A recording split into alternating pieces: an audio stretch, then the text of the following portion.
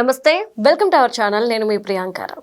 నెయ్యి కల్తీ జరిగిందంటే తిరుమల తిరుపతి దేవస్థానం ప్రసాదంలో వాడే నెయ్యి కల్తీ జరిగింది అని చెప్పేసి ఒక వార్త రావడం, దీని మీద సిట్ అలానే సిబిఐ ఎంక్వైరీ స్టార్ట్ చేయడం మనందరికీ తెలిసిందే. ధర్మారెడ్డి గారు కూడా ఎంక్వైరీకి వెళ్ళొచ్చారు. ఈ రోజు వైవి సుబ్బారెడ్డి గారు ఈ ఎంక్వైరీ ఎదుర్కోవాల్సిన అవసరం ఉంది. ఈ రోజు అటెండ్ అవ్వాలి. మరి ఈ ఎంక్వైరీ తర్వాత ఆయన అరెస్ట్ అవుతాడు అని కొంతమంది అంటున్నారు, అరెస్ట్ కాడు వచ్చేస్తాడు అని చెప్పేసి ఇంకొంతమంది అంటున్నారు. మరి అసలు ఈ కేసు విషయంలో ఏం జరగబోతుంది అనేది తెలుసుకుందాం. మనతో మాట్లాడడానికి సీనియర్ జర్నలిస్ట్ సిఎస్ రావు గారు ఉన్నారు, ఆయన అడిగి తెలుసుకుందాం. నమస్కారం సార్.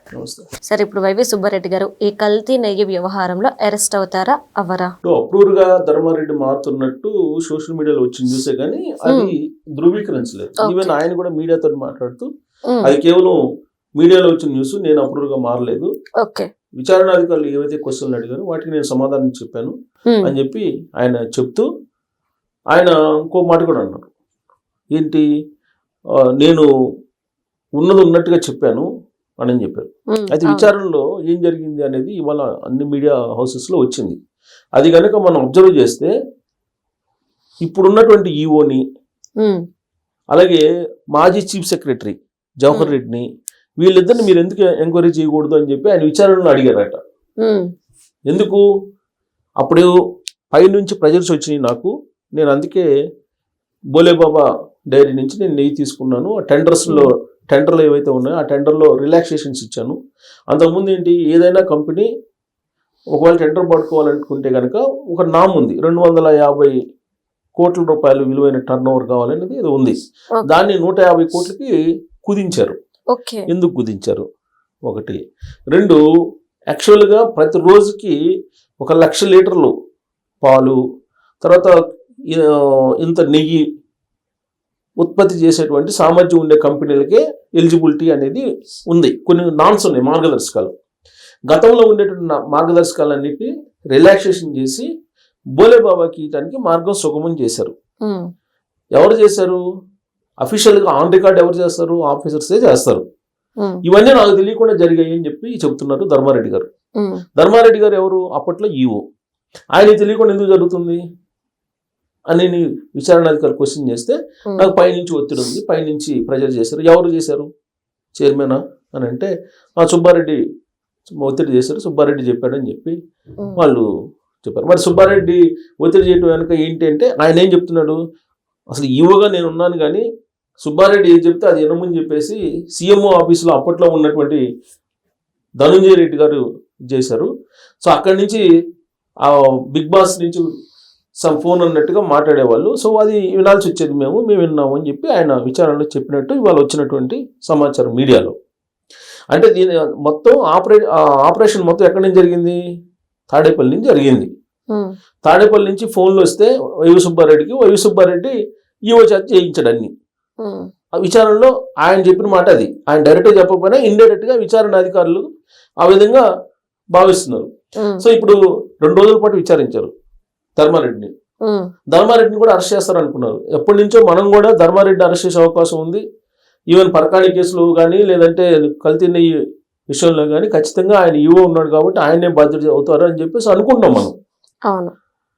కానీ ఇప్పుడు విచారించిన తర్వాత ఏం చెప్పారు, మళ్ళా విచారణకు అవసరం అయితే మీరు మళ్ళీ రండి అని చెప్పి పంపించేశారు. పంపించిన తర్వాత ఆయన ఇచ్చినటువంటి వాంగ్మూలం ఏదైతే ఉందో ఆ వాంగ్మూలాన్ని వేసుకుని వైవి సుబ్బారెడ్డిని విచారణకి రమ్మని చెప్పి పిలిచారు. ఈవెన్ వైవి సుబ్బారెడ్డి కేవలం కల్తీ నెయ్యి విషయంలోనే కాదు, ఈవెన్ పరకాణి కేసులో కూడా వైవి సుబ్బారెడ్డి పేరు ఉంది. వైవి సుబ్బారెడ్డి అప్పుడు వాళ్ళు ఇచ్చినట్టు వాంగ్మూలం ఉంది. సో వైవి సుబ్బారెడ్డి ఇప్పుడు ఎవరు ఇచ్చారు వాంగ్మూలం? అప్పుడు పోలీసులు ఇచ్చారు. విజిలెన్స్ రవికుమార్ ఫ్యామిలీని విచారించినప్పుడు వైవి సుబ్బారెడ్డి పేరు కూడా ఉంది. అందుకని దాంట్లో కూడా వైవి సుబ్బారెడ్డికి నోటీసులు ఇచ్చారు రమ్మని చెప్పి. సో 11వ తారీఖు అంటే ఇవాళ హాజరు కావాలి. ఆయన హాజరు అయ్యారా లేదనేది ఇంకా మనకి క్లియర్ గా స్పష్టత రావట్లేదు. బట్ ఇలా హాజరు కాకపోయినా రేపైనా హాజరు కావాల్సిందే, ఎల్లుండైనా హాజరు కావాల్సిందే, 1-2 రోజులు అటు ఇటు హాజరు కావాల్సిందే. అయితే హాజరైతే ఆయన అరెస్ట్ చేసే అవకాశం ఉందని అంటే విచారణ జరిగేటువంటి తీరు ఏదైతే ఉందో దాన్ని బట్టి ఈయన సహకరించే పరిస్థితిని బట్టి అరెస్ట్ చేసే అవకాశం ఉంది ఆయన్ని. సో ఈయన విచారణకి సహకరించలేదు అనుకోండి, ఇప్పుడు ఆల్రెడీ కల్తీ నెయ్యి విషయంలో సుప్రీంకోర్టు ఇన్వాల్వ్ అయింది కదా. సుప్రీంకోర్టు ఆర్డర్ ప్రకారమే సిబిఐ ఎంటర్ అయింది. సిబిఐ సిట్ 2 కలిపి ఒక ప్రత్యేకమైన బృందాన్ని ఏర్పాటు చేసి విచారణ చేస్తున్నారు. అవును. దీనికి సంబంధించి చాలా మొత్తం ఇన్వెస్టిగేషన్ చేసుకుంటూ వస్తున్నారు. బోలేబాబా డైరెక్టర్స్ జైన్ బ్రదర్స్ ఇద్దరిని అరెస్ట్ చేశారు. తర్వాత వైవి సుబ్బారెడ్డి పిఏ అవును. ఆయన్ని అప్పన్న అరెస్ట్ చేశారు కదా. అవును. సో వాళ్ళు ఇచ్చినటువంటి వాంగ్మూలాలు ఉన్నాయి కదా. వాళ్ళు ఇచ్చినటువంటి వాంగ్మూలం ఏంటి? లావాదేవీలు జరిగినాయి. ఈ లావాదేవీలు ఎవరు జరిగినాయి? అప్పన్న చేశారు. అప్పన్నే ఒప్పుకుంటున్నారు విచారణ అని చెప్పి తెలుస్తుంది కదా. అవును. సో ఇక జైన్స్ ని, అక్కడ ఉన్నటువంటి బోలేబాబా డైరెక్టర్స్ జైన్స్ ని విచారణ చేశారు. అసలు బోలేబాబా డైరెక్టర్స్ నుంచి ఇమీడియట్ గా మీరు ఎందుకు మారారు డైరెక్టర్స్ గా? అసలు ఎందుకు ఈ కల్తీ విషయం బయట రాగానే మీరు ఎందుకు ఇమీడియట్ గా క్లోజ్ చేశారు దాన్ని? అసలు పాలు లేకుండా నెయ్యి రావడం అనేది ఇక్కడ పెద్ద ట్విస్ట్. అవును సార్. ఇప్పుడు ఈ ఢిల్లీ నుంచి సుగంధ్ ఆయిల్ అండ్ కెమికల్స్ నుంచి పామోలిన్, కొబ్బరి నూనె, గ్లెజరైడ్ వీటన్నిటిని తీసుకొచ్చి మిక్స్ చేసి నెయ్యిని తయారు చేసి ఇచ్చారు. అలాగే కొన్ని ఆర్గానిక్ ప్రొడక్ట్స్ కలిపి చేశారు. ఇప్పుడు ఏమంటారు? అప్పుడు మీరు పంది కొవ్వు, ఫ్యాట్ అది ఇది అన్నారు కదా, ఇప్పుడు కెమికల్స్ అంటున్నారు కదా, మీరు అప్పుడు తప్పు చెప్పారు కదా అంటారు వాళ్ళు.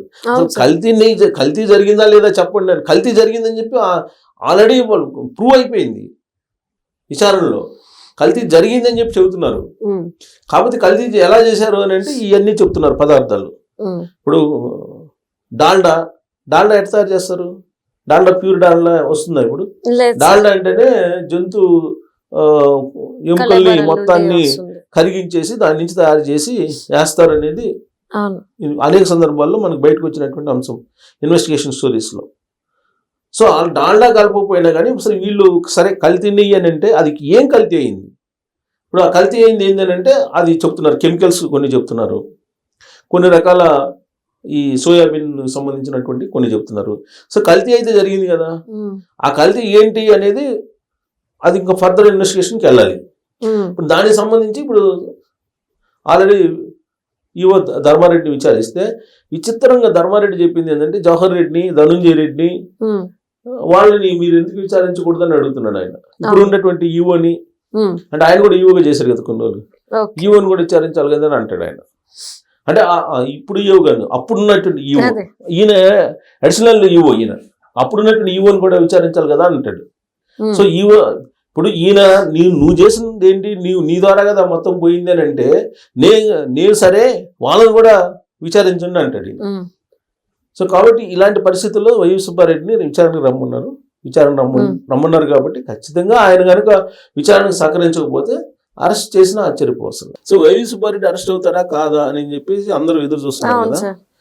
వైవి సుబ్బారెడ్డి గారి సతీమణి జగన్మోహన్ రెడ్డి గారిని తులాభారం వేసి, ఆ తులాభారం సందర్భంగా జనరల్ గా ఏమంటారు? అనాథ రక్షగా, ఆపద్ బాంధవ, గోవిందా గోవిందా అంటారు వెంకటేశ్వర స్వామిని. కానీ ఏమేముంది? జగన్ రక్షగా గోవిందా అంది అక్కడ.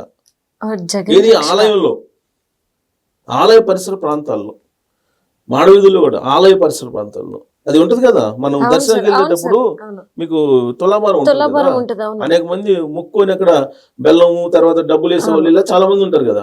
అక్కడికి వెళ్ళి ఈయన ఒకవైపు కూర్చోబెట్టి జగన్మోహన్ రెడ్డి గారిని ఇంకొక వైపు బెల్లం వేసి ఆవిడ ఏమన్నారు? జగన్ రక్షగా గోవిందా గోవిందా అన్నారు. ఇది వెంకటేశ్వర స్వామి ఒప్పుకుంటారా? నాకు తెలిసినంత వరకు నాకున్న అంటే వెంకటేశ్వర స్వామి పవరు ఖచ్చితంగా ఉంటుందని చెప్పి అంటారు కదా, దానికి దృష్టాంతాలు చాలా ఉన్నాయి. వైవి సుబ్బారెడ్డి జైలుకి వెళ్ళటం ఖాయం, ఆ నినాదమే వైవి సుబ్బారెడ్డి చుట్టుకునే అవకాశం ఉందని చెప్పి పరమ భక్తులైనటువంటి వాళ్ళు విశ్వసిస్తున్నారు. Okay right, thank you so much sir.